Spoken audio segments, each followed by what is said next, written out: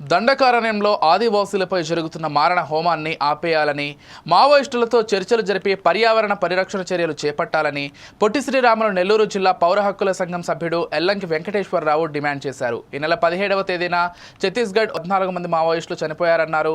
ఇక ఇదే అంశానికి సంబంధించి మరింత సమాచారం అందించడానికి మా కరెస్పాండెంట్ ధనలక్ష్మి సిద్ధంగా ఉన్నారు.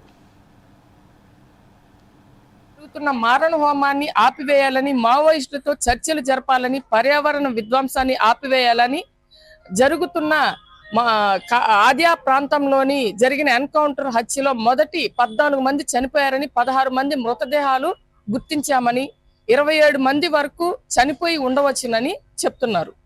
కానీ ఈ ఆపరేషన్ కాగార్ ఎందుకు జరపాల్సి వచ్చింది, దానికి సంబంధించిన వివరాలు ఇక్కడ మనం అడిగి తెలుసుకుందాం. చెప్పండి సార్, అసలు ఆపరేషన్ కాగార్ ఎందుకు మొదలు పెట్టారు, ఏంటి? ఆపరేషన్ కగార్ అంటే అంతిమ యుద్ధం అని. ప్రపంచంలో ఎక్కడా కూడా ఏ ప్రభుత్వం కూడా తన ప్రజలపైన యుద్ధం చేయలా. కానీ భారతదేశంలో ఉన్నటువంటి భారత పాలక వర్గాలు తన సొంత ప్రజలపైనే, ఆదివాసీ ప్రజలపైన ఆపరేషన్ కగార్ పేరుతో దాదాపు 12 లక్షల సైన్యాన్ని దండకారణ్య ప్రాంతంలో దించి అక్కడ ఉన్నటువంటి ఆదివాసీలని ప్రతిరోజు ఎన్కౌంటర్ పేరుతో 10ల సంఖ్యలో, 20లు, 30లు, ఇప్పుడు ఆ సంఖ్య 40 దాకా చేరుకుంటూ ఉంది. అట్లా చంపివేసి అడవుల నుంచి ఆదివాసీలందరినీ తరిమేయాలి లేదా చంపివేయాలి, ఆదివాసీ జాతినే నిర్మూలించాలనేటటువంటి ఒక కక్షపూరితమైనటువంటి కుట్రతో ఈరోజు ఆపరేషన్ కగార్ని ప్రారంభించారు.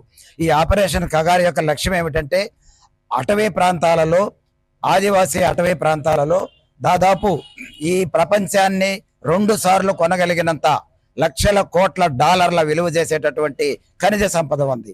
ఈ సంపదను దోచుకుపోవాలని బ్రిటిష్ వాళ్ళకు ముందు నుంచి కూడా అనేక ప్రయత్నాలు జరిగింది. కానీ బ్రిటిష్ వాళ్ళ వల్ల కూడా అక్కడ ఉన్నటువంటి ఆదివాసీ ప్రజలు బ్రిటిష్ సైన్యాన్ని కూడా తరిమేశారు. కానీ ఈ రోజు ఉన్నటువంటి పాలక వర్గాలు వాళ్ళ చేతిలో ఉన్నటువంటి అత్యంత అధునాతన సాంకేతిక పరిజ్ఞానాన్ని ఉపయోగించి శాటిలైట్ నిఘాతో, యుద్ధ విమానాలతో, హెలికాప్టర్లతో, డ్రోన్ల సహాయంతో ఆదివాసీ ప్రాంతాలలో వైమానిక దాడులు చేస్తూ, బాంబింగ్ చేస్తూ, యుద్ధ ట్యాంకర్లతో, మిసైల్స్ తో ఆదివాసీ గూడెలపైన బాంబుల వర్షం కురిపిస్తూ వాళ్ళని ఆదివాసీ ప్రాంతాల నుంచి తరిమేయాలనేటటువంటి ప్రయత్నం చేస్తూ ఉంది.